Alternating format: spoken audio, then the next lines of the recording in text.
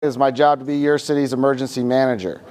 So the city didn't have an emergency manager to handle a lot of its tasks dedicated. So July 23, they made a position, and then luckily I got appointed to it. But as part of my job is to build the resiliency of the city during natural and man-made emergencies. So with that, who found an AARP grant so that we could build go bags for seniors and get them out to our citizens as a building block for the rest of the city. So today, we're going to give you guys some go bags. It's a basic kit. You guys know, if you've lived here a while, we live in a very seismic active area, correct? And even though we haven't had a big earthquake, we get lots of little ones with everybody thinking a big one's coming. We also are exposed to wildland fires, flooding, storms, cyber attack, power outage, cell phone attack, everything that everybody else deals with as a big city. So with that, we're trying to build people to be prepared, because if we have a big natural event or a man-made event, how many fire engines are in the city? There's 7.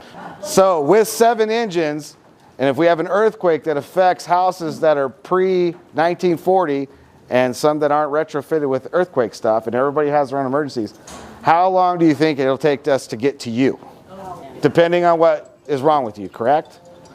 So as part of building resiliency, we have classes that are coming too that'll be focused on basic first aid.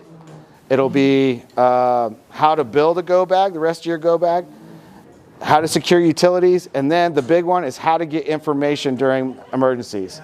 So the county has set up websites, and the county and the city of Reno and the city of Sparks all work together in emergency management to develop one plan, because we're all in this valley together. So the go bag is our first step. AARP granted us $12,000 to purchase necessary equipment to start building these go bags for the seniors of the city.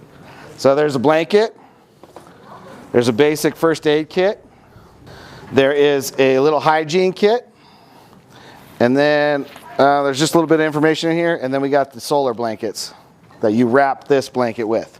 Never use this by itself, it doesn't work too well. And then the big purchase was, this is a wind-up and solar radio, cell phone charger, and flashlight. So if for some reason you have to be evacuated or you don't have power at your house, this should help you. Now keep in mind, this is not the same as plugging your cell phone in the wall. It's going to take a minute to charge. So, but this was the big purchase, and thank you AARP for allowing us to purchase this and get this project going for the seniors of our city.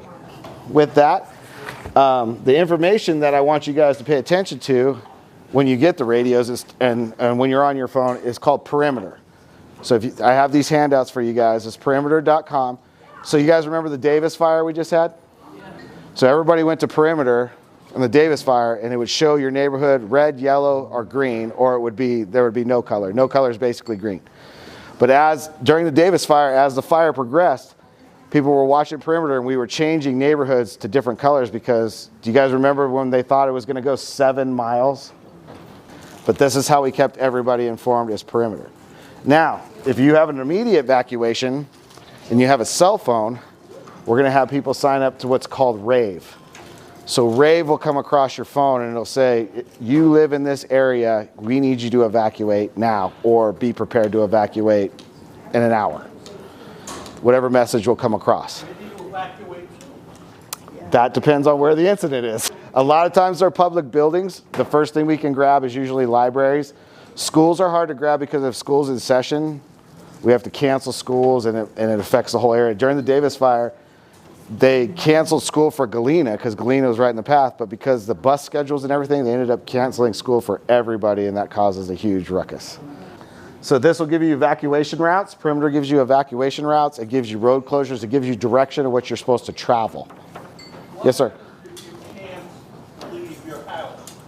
You don't have a mode of getting out. So that's when we get PD involved. We have a lot of police officers that get involved with evacuations, and they can get you out. And they've done so. They did quite a number of them in the Davis fire. They were grabbing people and just putting them in cars and getting them out of there. If you can go to City of Sparks website or the Sparks Fire Department website, and it's the Sparks Community Connect. And if you have medical equipment that's at your house, if you have things that you want the fire department to know in case of an emergency, register your your residents at this Community Connect. So when we have a natural disaster or something's going on, we can pull up your information and go, these people are the most vulnerable, or these people have medical equipment, and we can prepare for those evacuations and that help needed. There'll be classes coming, I think in the spring, which will include the basic first aid and all the other classes, probably in this center. So keep an eye out for that. And if you guys have any questions, I have a business card up here, and just let me know. We are becoming a FireWise community. If you guys are familiar with FireWise, we're building a community wildland preparedness plan. So with that, we'll get grant funding and we'll be able to take care of a lot of the urban interface areas that have all the sage around it, and we're going to bring in goats to feed on them and all that other stuff. Well, thank you for your time. Enjoy your lunch.